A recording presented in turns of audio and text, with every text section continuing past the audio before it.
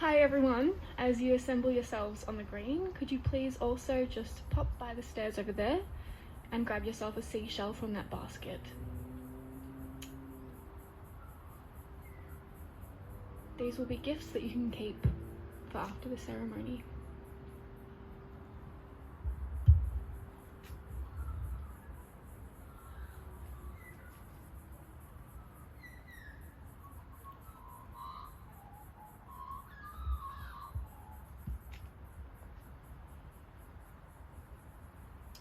Ladies, gents, theys and thems, if you could please find yourself a space on the green, the ceremony will get started in just a minute.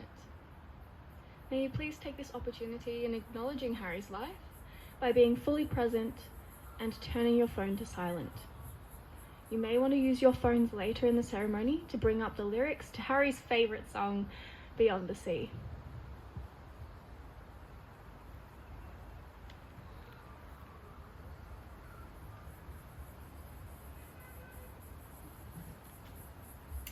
Welcome to 22 Kensington Street, Mount Martha, where we will be celebrating the life and times of Harold Smith, or Harry as you affectionately have known him. I am Sinead Waterson, and I am leading his funeral on behalf of Harry's children Tempest, Adrian, Christian and Eric. Harold was greatly appreciative and respectful of First Nations lives and dedicated a lot of his time to preserving Indigenous land rights back in his hometown of Moruya in New South Wales. As wished by him, his children and myself, I would first like to acknowledge the Boonwurrung Nation, who are the traditional custodians of this land and whom, for as long as 10,000 years, have taken holiday and respite along the foreshore here, just as Harry intended when he moved down with his family in 1994. I would like to pay my respects to elders past, present and emerging, and thank them for the continual life and care they bring to our home and country.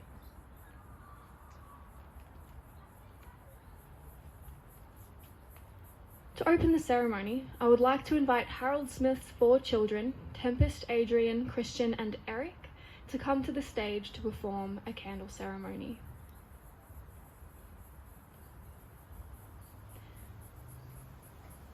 Tempest and Adrian would first like to light a candle for Marion, their mother and Harry's wife, who passed 5 years ago. This is to represent her presence in spirit here today.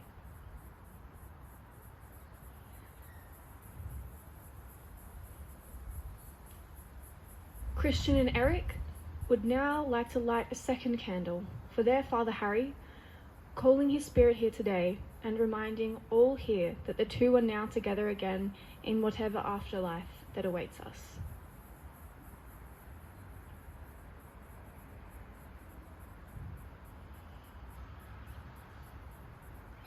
Harry believed that in his passing, the afterlife would feel like an endless sail on an open sea.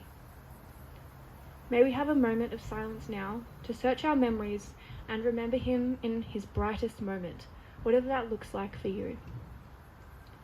If you are called to, you may want to close your eyes to imagine that moment.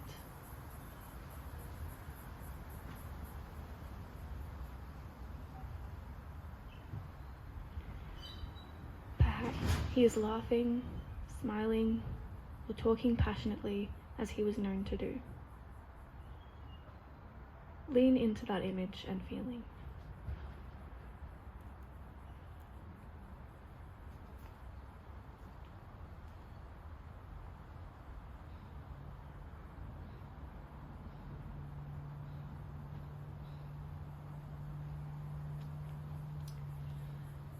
And now, slowly bringing yourselves back here.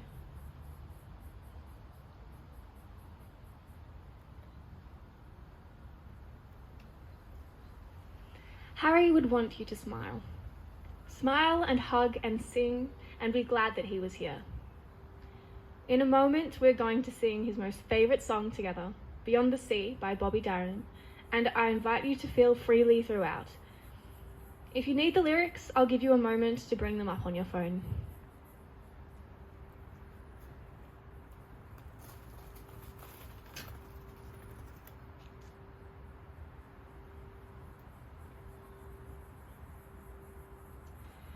Before we sing, I would also like to bring attention to the seashells gifted to you each before the ceremony. Tempest told me that when she was young, her dad Harry would say to her and her siblings that seashells are the telephones we use to talk to spirits. Tempest, being the oldest and wisest at 7, said she wasn't sure that was true. But Harry never gave in. He told her there was just a lot of static coming from the spirit world, so it was hard to hear them. But they could always hear you. Harry's family feel joy in knowing that you can always call him up for a chat when you really miss him with your seashells. They would like for you now to sing this song with all of your heart because they know he is listening.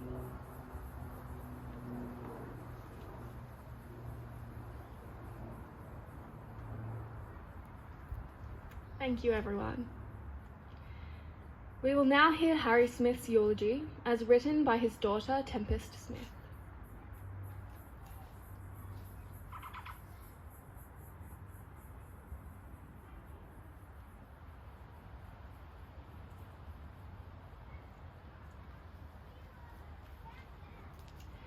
Thank you, Tempest.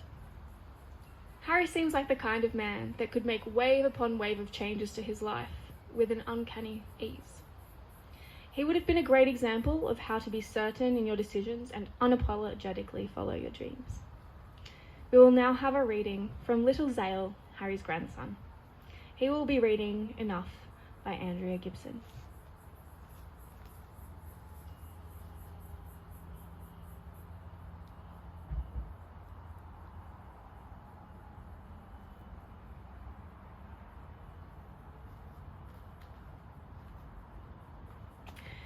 Thank you, Zale, for that poem that perfectly captures the energy with which Harry brought to his life, and for showing how that lesson will follow you throughout your own life. And now we will be brought into reflection as we say our final words to Harry together, and afterward spread his ashes to the wind. Our dearest Harold Smith, may your love be reflected in all who knew you, and may you continue to live on through the lives of those you leave behind.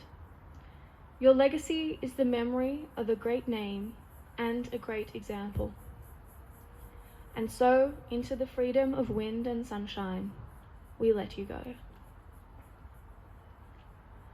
Into the dance of the moon and the planets, we let you go. Into the wind's breath and the hands of the star maker, we let you go. And into the sadness and smiles of our memories, we let you go. Go safely, go with love in your heart, and may you forever be at peace.